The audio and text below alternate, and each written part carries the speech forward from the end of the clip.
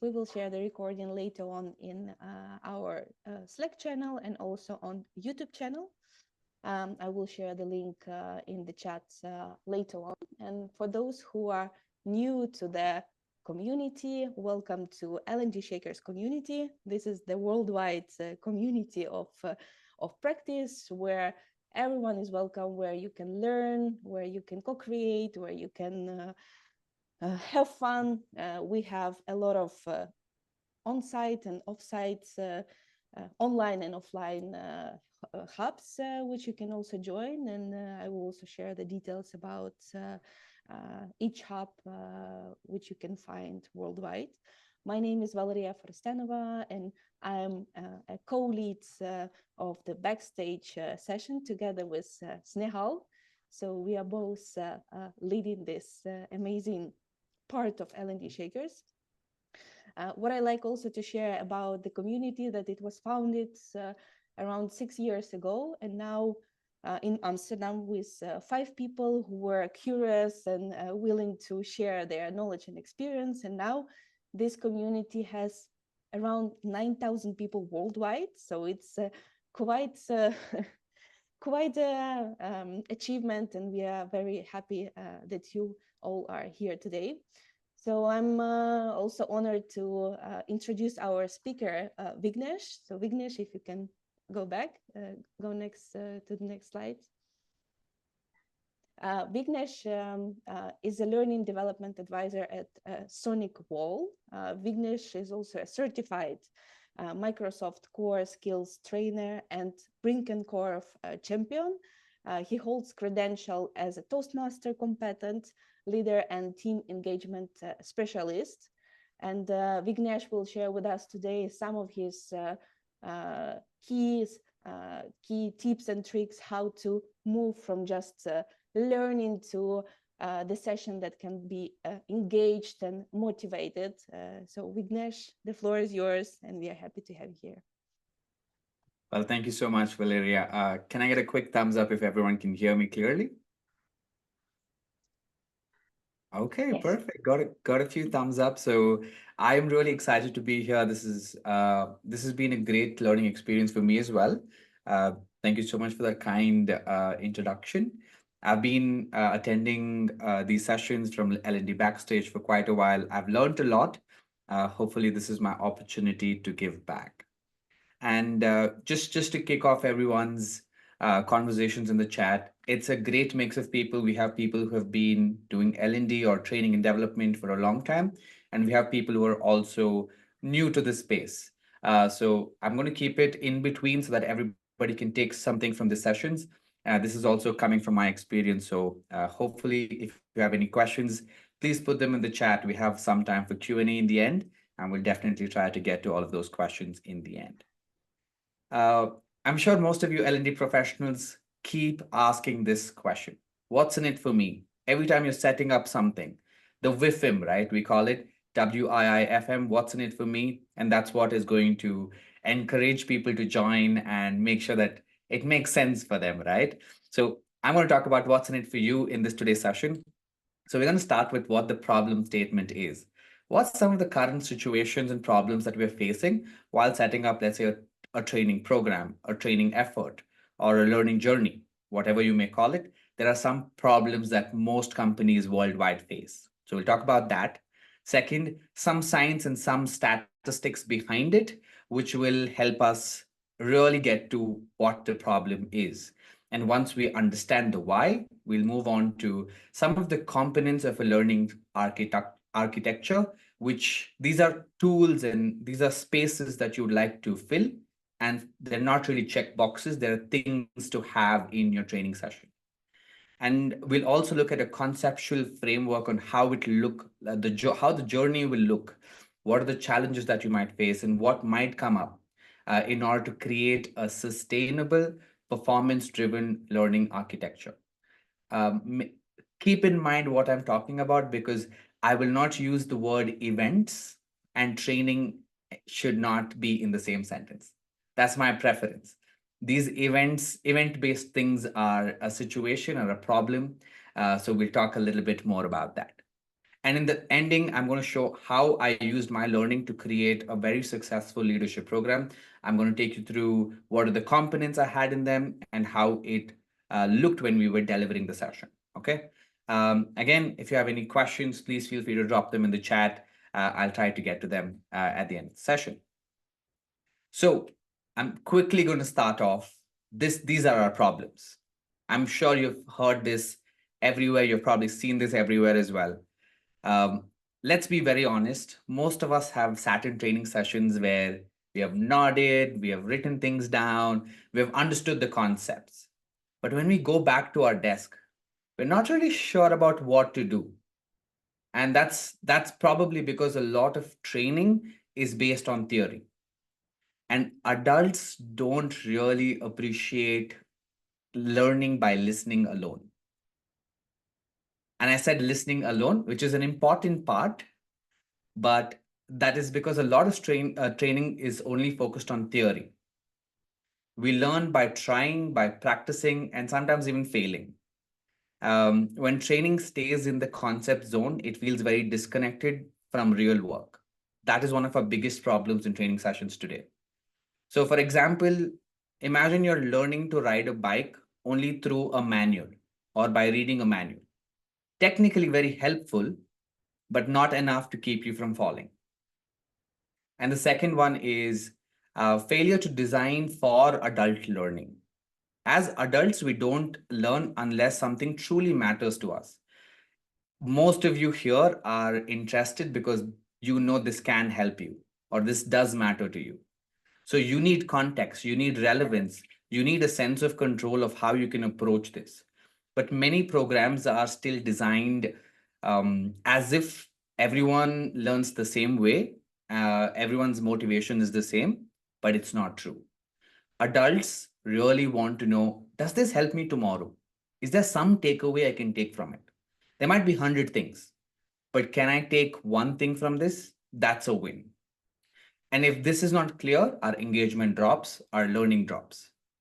Uh, Sometimes you might have attended a session which is great, looks fantastic, presented really well, but is it relevant to you? Is it relevant for my job? That's a gap we need to close.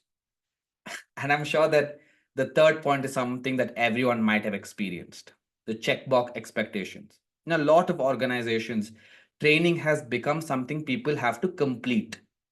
It's not something that they grow from, it's not something that they learn from. It's more about ticking the box than building capabilities. When completion is the metric or the goal, people rush through modules just to be done, like however they can. And this kind of kills the whole purpose of learning.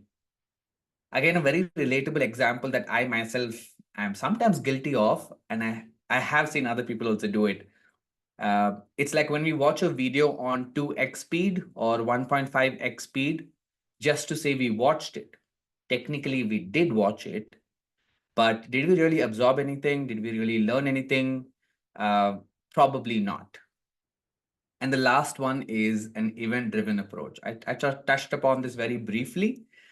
It's a common issue treating training like a one time event, a one workshop, one awareness session, one webinar, one class. But does real learning happen in that single moment? Definitely not. There's a lot more to learning theoretically and to application. People forget about 70 to 80% of what they hear in a couple of days if it is not reinforced. In some cases, people don't remember right after the session as well. I hope this is not the case here. Uh, but without any follow up or coaching or any reinforcement, even very good trainings fade away.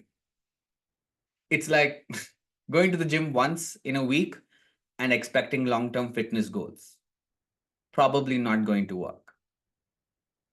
Okay. So let us know in chat. Only dash percent of skills are gained from formal and event based training. It's a simple question. Let us know in chat what it is.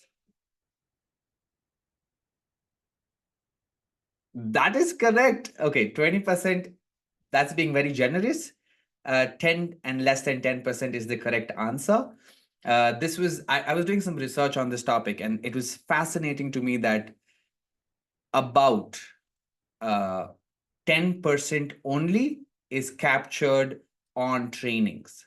70%, that is a 70-20-10 rule. 70% is on the job training, 20% through social reinforcements to people talking, to things like this, and only 10%. And think of all of our professions. We spend so much time creating trainings for people who would probably better prefer it on the job training. Just keep in mind as we're going through these numbers, it's interesting to see what uh, people have to say. Where did you read this? This is from Docebo. It's again, it's a research paper that was published. We did some research. Even the adult learning theories talks about this in extensive manner. So please feel free to take a look at it. It's good. We're not going to deny it. It's um, very good information. Now let's talk about the science behind this impact. Uh, what makes an event impactful? What makes something a one-time event to a learning journey? What makes it applicable for you? Number one, adults learn differently. A lot of our training is still focused like how we were in college, how we were in school, where we were told to do something and we would do it, basically cutting it from that place and pasting it, or copy, paste. No application, no learning, not understanding the why. That still unfortunately exists in a lot of trainings. Number one is to create relevance in what you're teaching. Understand what the role is, what the requirement is, and create relevant details or information for them. Adults engage best when they see a clear why behind it. When they are learning, training sticks when it connects directly to their goals, challenges, job roles, and real work scenarios. Relevance increases motivation. If motivation is higher, it reduces resistance to learning. Second one is application. Adults, or all of us, learn best by doing it, by mimicking it, not just by listening. Concepts needs to be practiced, tried, failed, applied in real and simulated environments. Just by writing down things, we may not be able to change how we are functioning, but if you're applying it, or applying that mind frame that, hey, I need to be able to apply this, that makes the real difference. When you apply, it builds confidence. It helps new skills translate into behavior change, which is the goal for a lot of these training sessions. Social reinforcement. We're all social beings. We like to learn in different environments. We like to connect with different people about learning, such as this call. You might have learned a lot about this in the past. You might have experienced this in your companies. But again, the fact of someone can bring a new perspective, a new approach, a new learning model is something the why we're here. Learning strengthens when supported by peers, mentors, leaders, people that you look up to, or even people that you can learn from. Discussion, collaboration, sharing, connection, recognition reinforce these new habits. A social learning environment builds accountability also, and it also creates a shared momentum. And now let's be very practical. Hey Vignesh, we understand the problem. Maybe some of you have done this in the past. I have done this when I started off my career. There is a problem. So what can you do about it? And let's be very honest. Everybody has limited time, limited budgets, and not a lot of people who are overly enthusiastic about L&D training. So how do we set up ourselves for success? So again, let me know in the chat. I'm going to ask this question a lot. What does impactful learning mean to you? Or what does it look like for you?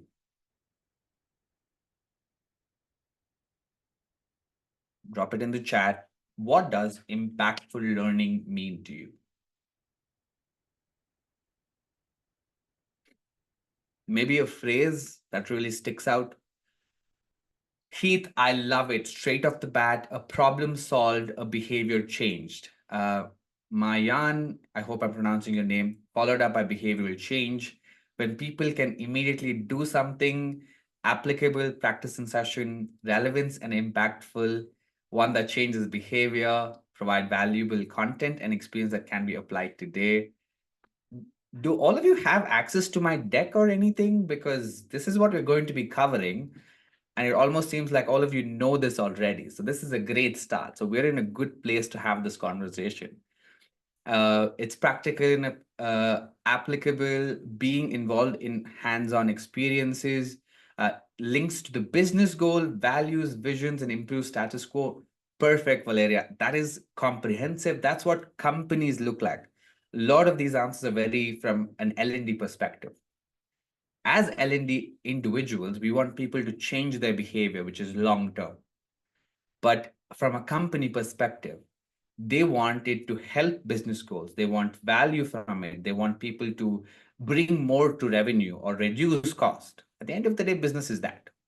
Either you increase my sales or you reduce my expenses, very practically speaking. A learning that can be applied as to the current sets of skills. Mansi, that's a great conversation when people have many questions by the end of the experience. Camilla, that can be a two-way sword. If people don't understand anything, they might have a lot of questions. But if they really understand everything, they might not have any questions. But that's a good one too. Okay, I'm glad we're all wide awake. We're not really dozing off in between. Perfect. So now let's look at some of the components of an learning architecture. I want all of you to pause, take a moment to rethink what a learning journey really is. What does it look like in your head? Keep it in mind. How have you seen it evolve? Okay.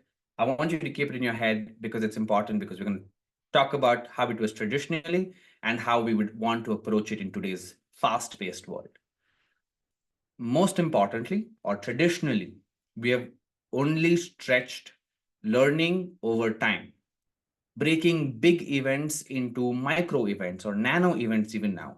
So people can absorb concepts gradually. That's useful. But if we only stretch on the dimension of time, we are still trapped in an event focused mindset.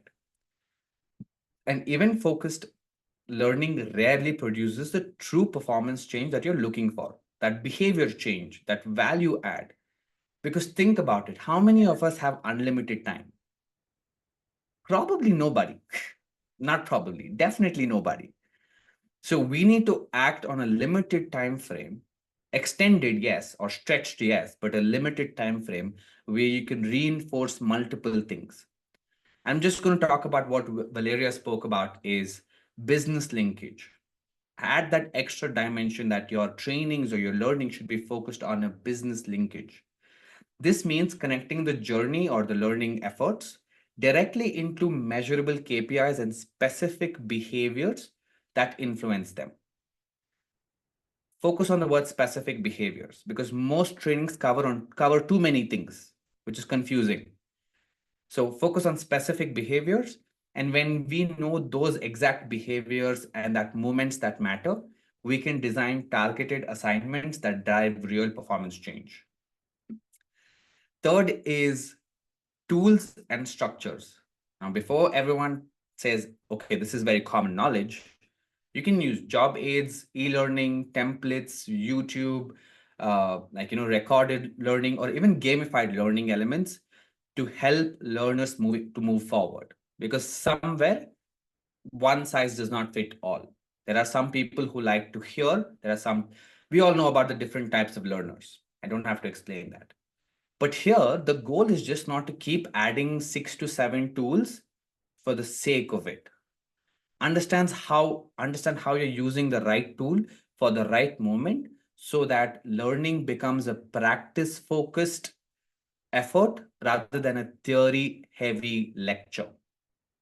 So this is where it is important to understand there are different tools. Of course, all of you know the tools. So use them wisely. Relationships. Uh, I want to talk about some research that shows that Relations, especially superiors, like your managers, your leaders, uh, their involvement is a key predictor of whether someone actually is going to apply this new skill or not. If your manager or your leader is not aware about you learning this program, the chances of you applying this is probably about 30%. Probably. On a good day, it's probably a little higher. But if your superiors can keep you accountable, it's more helpful. Let me be very clear. Accountability can come from different sources. It can come from peers, facilitators, any customer that you're working with, anyone who's invested in your learning journey, in your learning process. So try to build relational touch points that reinforce commitment through follow through or follow ups. Last one is spaces. Learning does not happen only in the classroom. According to our 70-20-10 model that we just saw in a few slides before, most development comes from on the job experiences and social learning. It comes from peers, it comes from people that they observe, people that they watch.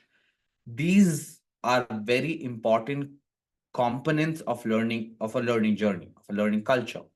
So when we design journeys, you need to intentionally use different spaces. Use a space where they can learn with their peer. Use a space where they can learn with you as a facilitator, or digital learning, workplace tasks, coaching moments, peer interactions, or even if they have to apply it, try and fail, it's okay. So try to have these components along with your like learning architecture. See, this is a framework. You can use it for any learning that you choose. I'm just going to pause if there are any questions, anything that you may be a little confused about. Just want to pause before we jump into the next part of the session. Like Camila said, if they don't have many questions, it's a bad session. So I'm guessing it's a bad session. So let me try to improve it a little bit more on a lighter note. Okay. But I'm glad again, if you have any questions, please put them in the chat. We'll definitely try to get to them as quickly as possible. Thank you, Javier. Thank you. Very kind of you. All is clear. Okay. This is from a Brinkerhoff high performance learning journey. It looks like a great image.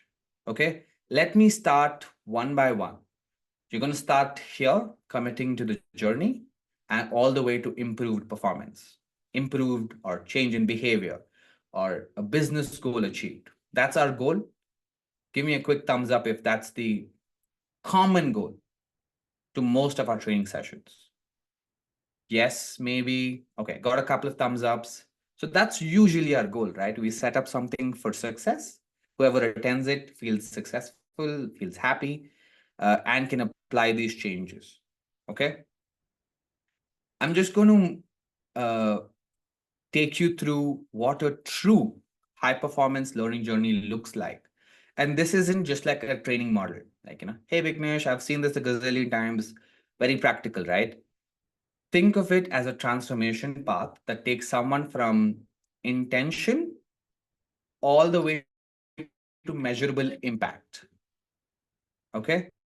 From intention to impact or measurable impact. Number one starts with intentionality and commitment to the journey. Before any skill or anything is built or change is made, learners or individuals need to opt in, hopefully voluntarily, or in some cases, they're just enforced or coerced to join a session. This stage is all about the mindset, choosing growth. Yeah, choosing effort, choosing to show up. When people commit, the journey becomes a little more purposeful instead of passive. People then are invested. It becomes easier for them to deal with difficulties. Second, build the knowledge foundation. That was one of the reasons why Valeria asked that question. Hey, how many years have you spent in L&D? Because if I were to take this to someone, let's say, who's straight out of college, they might tell me to be like, Vignesh, I don't get any of this. Please stop talking. But with this audience, which is a mixed bag, like you have people who have 10 years, 12 years, some of them just starting their L&D journey, you might find it somewhere relatable that you have experienced this. Establish your core knowledge as a second step. This is essential groundwork, giving learners concepts, terminology, structure, or guidance that they need to perform with confidence. A strong foundation often ensures everyone starts at the same place and is equipped for what comes next. You cannot control what comes next, but you can equip them with it. And once, let's say, you've built that foundation, you are committed, you're locked in, you're moving forward. Now, knowledge does matter. I'm not saying no, it's a very important part of it, but it's not all about knowledge. Capability is built only through practice. You cannot theoretically know a thing and do the exact same. There are going to be changes. We live in a hyper dynamic environment. This is where we try to move on from knowing the knowledge to doing it through repetition, through real scenarios, through simulation, through hands on exercise, where learners strengthen their skills and begin applying them in meaningful ways. Doing it is another thing, applying it is another thing. When you're applying it, that means you know what you're doing. You are intentionally putting in that effort. And this is where, and at this point is where competence starts turning into mastery.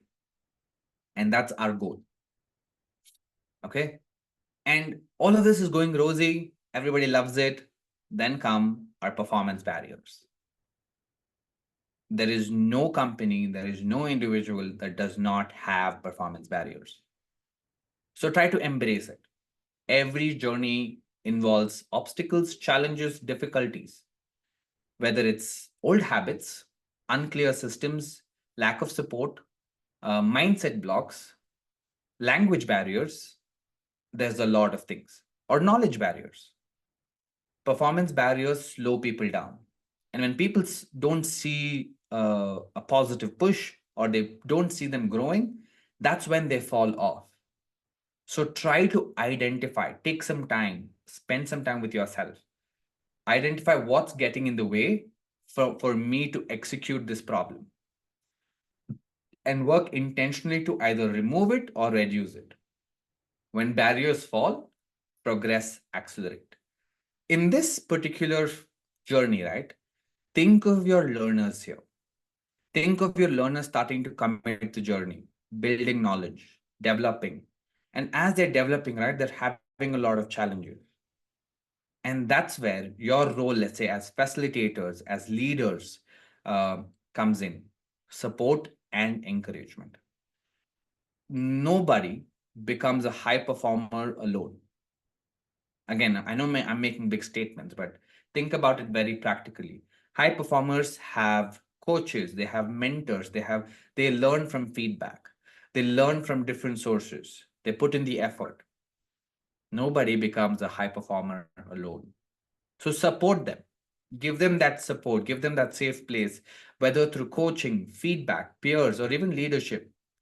It keeps learners moving forward.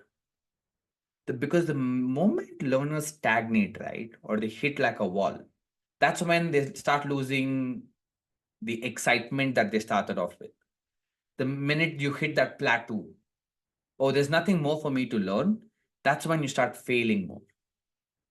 Encouragement also builds confidence, guidance builds consistency.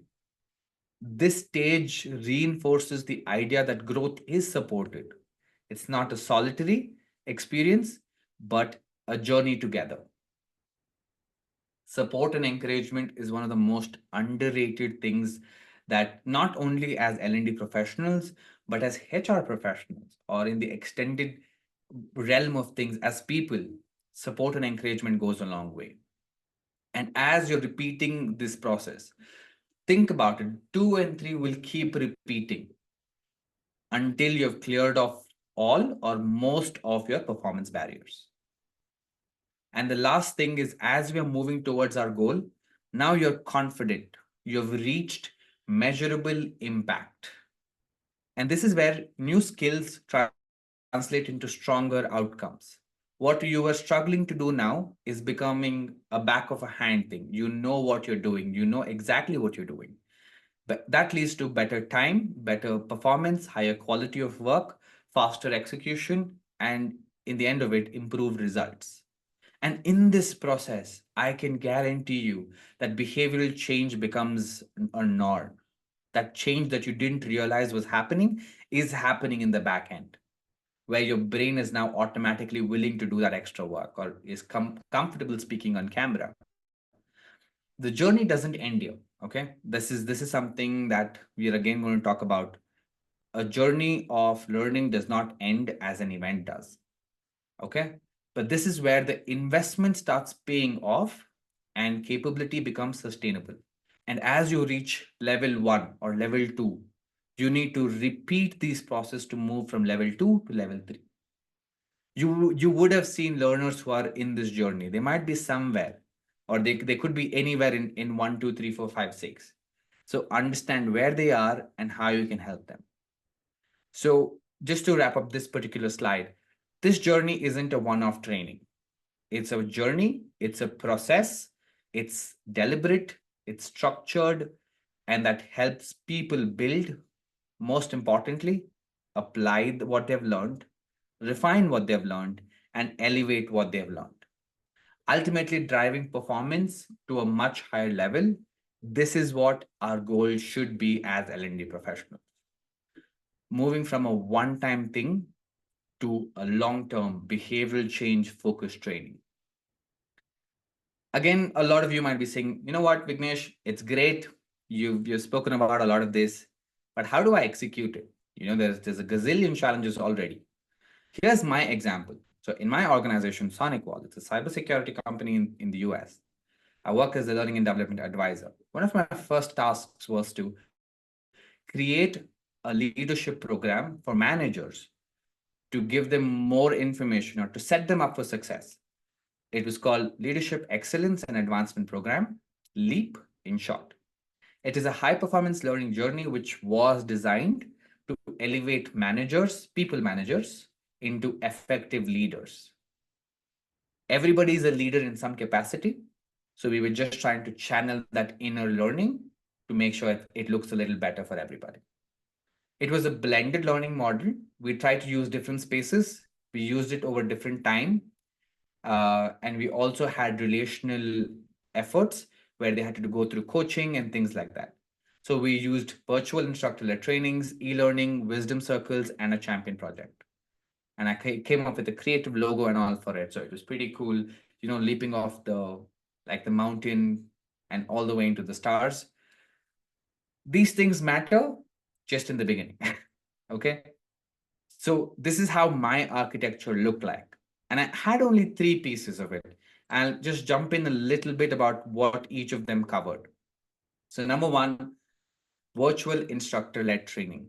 We set up calls once in 2 weeks with leaders, and we invited existing leaders within the company who had experienced that, who were sharing their learning through virtual instructor-led trainings.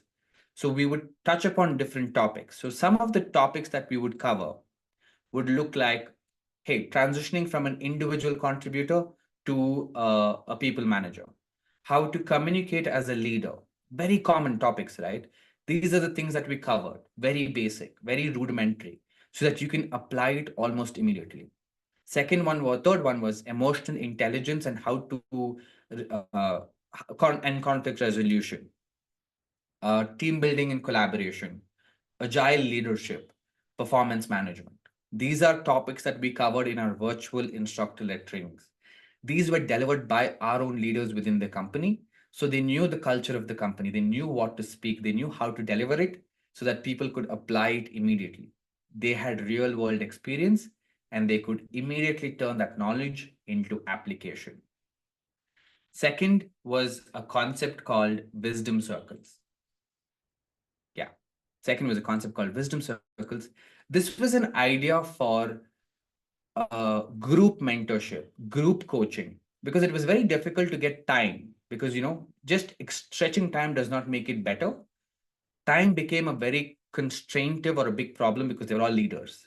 So we would set up wisdom circles based on a book called Leader Shift by John C. Maxwell. It's a brilliant book. John C. Maxwell is one of the biggest authors of leadership books.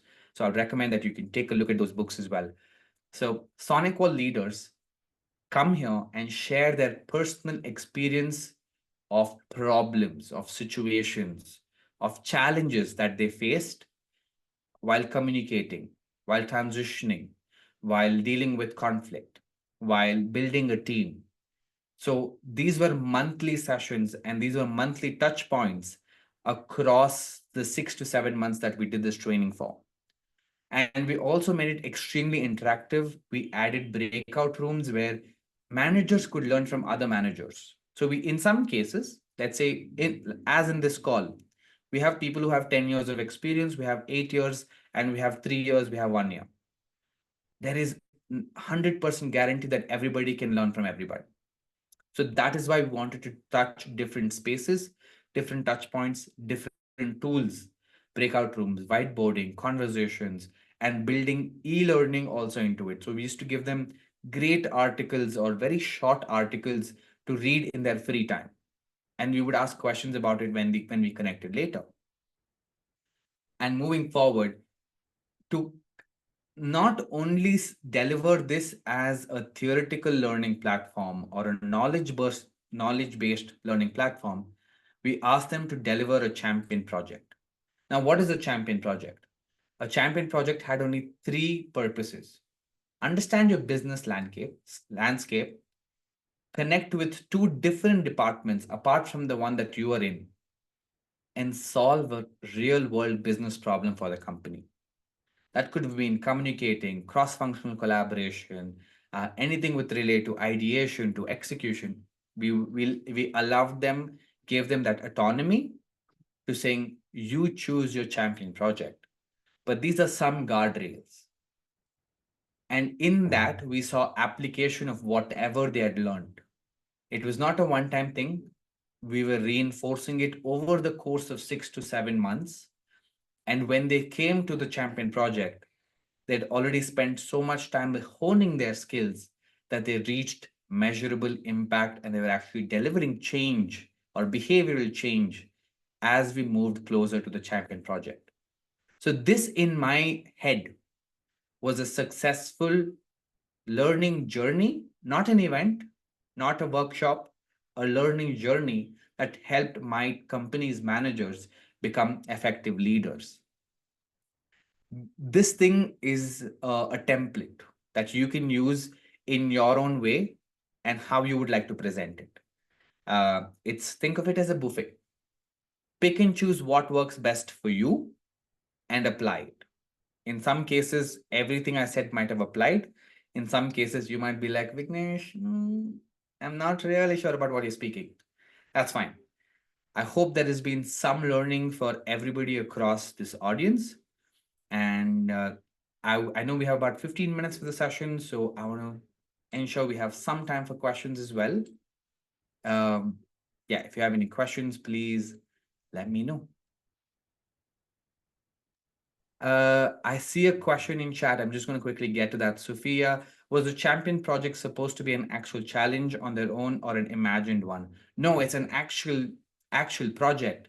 They had to work with two different teams within the company, solve a business problem, and create a presentation and deliver it to us. Us being, we invited their manager, so we had leadership in this one to ensure accountability. We had people from our HR team, our HR business leaders, and then I, as the, let's say, L&D professional who was setting this up, was there on the call to ensure that people actually did it. What metrics did you use to measure performance? This is a black box open. Like, measuring performance and KPIs were defined by each of their managers. Not all roles. I'm not an expert in all of the leadership roles. Some were technical, some were software engineering. So those KPIs were driven by let's say, their own managers who knew what the expectation was, and it was directly linked to the business. The business was going in a certain direction. That's what our managers also followed. Okay, what KPIs did you set for this training journey and how did you measure them? So initially, my thought was, okay, participation is the most important KPI. It wasn't. As we moved on in the journey, application became the actual metric of checking. So when we used to meet in those wisdom circles, we used to have a conversation. It was very subjective, but we could understand that people were actually applying what they learned. Because we would ask them about, hey, how did you apply this? And they would talk about concepts that they learned and how they converted into application. Is it objective? Not 100%, but it gave us a clear idea that people were actually applying what they learned. I think application is more important. I know metrics in L&D terms can be very subjective, but thank you so much for that question. Valeria, I see your hand up. Yes, thanks, Vignesh. I have a few. So, did you have a follow-up checkup? Because you said this project was half 6 months or so. 6, 7 months, yes. Did you have a follow-up or reflection of the behavior change? Mhm. So what this also created was we created a cohort, like a place where people could come and they're still part of this group where they were still having a conversation about what they learned, some of their experiences. So we took time with each of these individual managers that actually took part in them, and we asked them for, like, you know what, give us a survey, like a small question and answer Q&A. What was your biggest learning? What did you actually change? And then we came back to that, and then we spoke about it with them, saying, like, hey, these are things that I have improved. These are things that we saw happening. And as we move along, right, they were able to create more leaders in that same space or same example. Vignesh, we have so many questions, but taking this opportunity, I have one more. Can you quickly share, because it's always interesting to hear, what worked, what didn't work, what didn't Mhm. work in this architecture? Time was my biggest problem, because they're all managers, they're working managers, they already have 100,000 responsibilities in a week. For me to say, hey, this is, how do I convince a manager that this is value, and ask him to leave something that is very important for him or her? So that convincing was my biggest challenge. Identifying leaders within any organization who can give you that time, who are invested, saying, I want to make sure this session is going to help, let's say, Valeria, Snehal, Camilla, Christiane, and so on and so forth. I'm just giving names from my screen. So people are going to, for me to get people to give time was my biggest challenge. And second is, objectively, how am I looking at it at the end of the session? A survey at the beginning of the session, a survey at the end of the session is very common. Everybody does it. But does it reflect true value? So even when I meet, it's almost been a year since we did the sessions. Even when I meet some of my participants now, they still talk about their learnings. And I see that as a big win. It's not quantifiable, but it's still a big win just coming back from leaders to hear that. I hope that answers your question. Thank you so much for your questions, Valeria. I do see quite a lot of them. I like this one. Do you facilitate wisdom circles or do you leave it to the participants? I've tried being hands off with wisdom circles, but they ran into accountability for 110%. Wisdom circles need guidance. Nobody is going to be able to execute it how we expect them to execute it. Okay, let's just clarify that. So we had guardrails for the first 15 to 20 minutes where I would drive the conversation. I would have open ended questions for people to share, either in the chat or they could come off mute. And with us, we had a leader present who was also sharing their own experience. And people love hearing experiences. And what is great was, since these are all internal leaders, they were talking about specific problems that they had faced, which the managers were also facing. And how did they come out of it? Let's say the most common example I remember very clearly was, I asked all managers saying, hey, all of us have that one troublesome teammate or one troublesome person in the team that does not allow things to move forward. How do you deal with that? So they gave a great example of how they worked along with that person. They mentored him, they coached him, and how we came out of that cave much better. So these are examples that people love to hear, and it really worked. But yes, goes to your statement, have some sort of control in the first 10 to 15 minutes. So you set the expectations to the wisdom circles and then allow them in breakout rooms to be a little more casual, to have that conversation in a more relaxed manner. Yes, that. What was the hardest part of leadership program for you? Like I said, managing time. For me, this was my most important thing that I was delivering at that time. So my focus was, or my importance or weightage was about 100%. But for my managers, it wasn't. It was probably at a 30%. Or for my leaders, it was at a 20%. Now, how do I convince leadership to give their time when it could have been used for, let's say, making more money? So we had to convince leaders. That's a challenge in all organizations. Time. What is the size of the group of managers? We kept it very small. We kept it to less than 15, so that we could have personal interactions, conversations with them. Yeah, 15 is a good number for any training session. If it becomes too much, especially in virtual platforms, becomes very difficult to keep accountability. People don't turn on their cameras, they're switched off. So that was also a thing. I know it's not a big thing now. Having your camera on shows a lot of effort. That means you're paying attention. Especially for me, I am camera on in 99% of my conversations because I know if my camera is off and I get a ping on my phone, I'm going to be looking at that. So we try to make that a habit, and it worked as much as possible. How do you get or keep people motivated to participate, given that especially leaders don't have that much time? I love this question, Christian, because we gave an award every 2 weeks called the Most Valuable Participant, MVP. And they loved it. And we used to put it on the cohort. We would recognize them, we'd put their photo, we'd also mention what are the efforts that they took. And there was this one person named Niels who won it, I think, 2 or 3 times. And then he, and in his champion project, mentioned that I loved being recognized as MVP twice because that gave me the motivation to continue to come again and again, because managers don't get a lot of recognition. It's almost assumed that people know them. So giving that small recognition or a shout out saying, hey, you did a great job. I loved it. Thank you so much for supporting others. So this MVP had some criteria about how interactive they were and how they supported other managers in their conversations was one of our criterias. So we were trying to be as holistic as possible while giving this.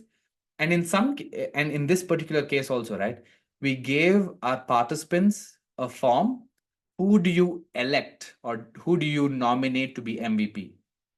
So people themselves voted for this person. Of course, we had some criteria that were met, and they were suggested for people saying, hey, would you vote for Vignesh as MVP? Probably not. Would you vote for Snehal as MVP? Probably yes. So we kept it very open, and made sure that it was very fair. Okay, anything else? I gave my problem circles a problem solving process to follow. They loved it once, then their enthusiasm fizzled out. Yes, again, if you focus on a problem, just a problem, let maybe try to add um, a why behind it, tell what problem it will solve and where it will end up. Like, just show them a journey and think of it like a Lego set.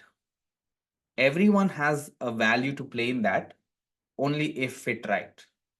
So explain them their why and what they're doing and how it adds value. When people understand it adds value, they're more enthusiastic to do things. And of course, you can always throw in the MVPs or a small award or a recognition. People go along. Recognition goes a long way. That I can guarantee. They pick their own problems to solve. Oh, yes. In some cases, it's difficult. There are challenges to virtual trainings, and one of them is enthusiasm or driving attention. I think I've gotten to all the questions. I know we have about 5 more minutes. We can probably take one more if there are any. Okay, I have one question, Vignesh. Mhm. You said the size of the group was 15. What if, I mean, there must be other managers also who wants to be the participants in this. So did you run this kind of cohort parallelly for different batches, like 15 managers like that? Or for 7, 8 months, you just focus on one group and after to know whether it's successful or not, and then you move out to other group?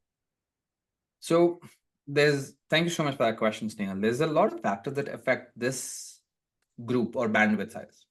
Our organization has a couple of people doing L&D, and we lead different regions and different topics. So we were constrained with our time, um, and we had to focus on this 15.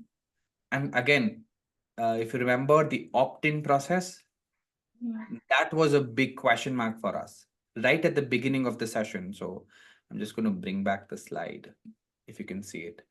So right at the opt-in process, yeah, commit to the journey. We had quite a few people dropping off here because we asked them Yeah. for time. We said, like, you have to give us time. If you're not, please don't join. It's a good way to filter out as well. But Okay. yes, I mean, logistically, we could do only one batch in 6 months, 6, 7 months. Okay. Thank you, Camilla, and I guess that it was a good session because there's quite a few questions that came up in the end. But thank you so much for your participation. It's been great addressing all of you. Please feel free to reach out on LinkedIn if you have any questions. Would love to connect with other L&D professionals. And thank you so much, Valeria. Over to you to close off the session. Thanks, Vignesh, for sharing your story, your tips today. And before we jump off to our lunch or rest of the day, I would like to know in the chat just one thing that will stay with you for the rest of the day today from this session. One thing that sticks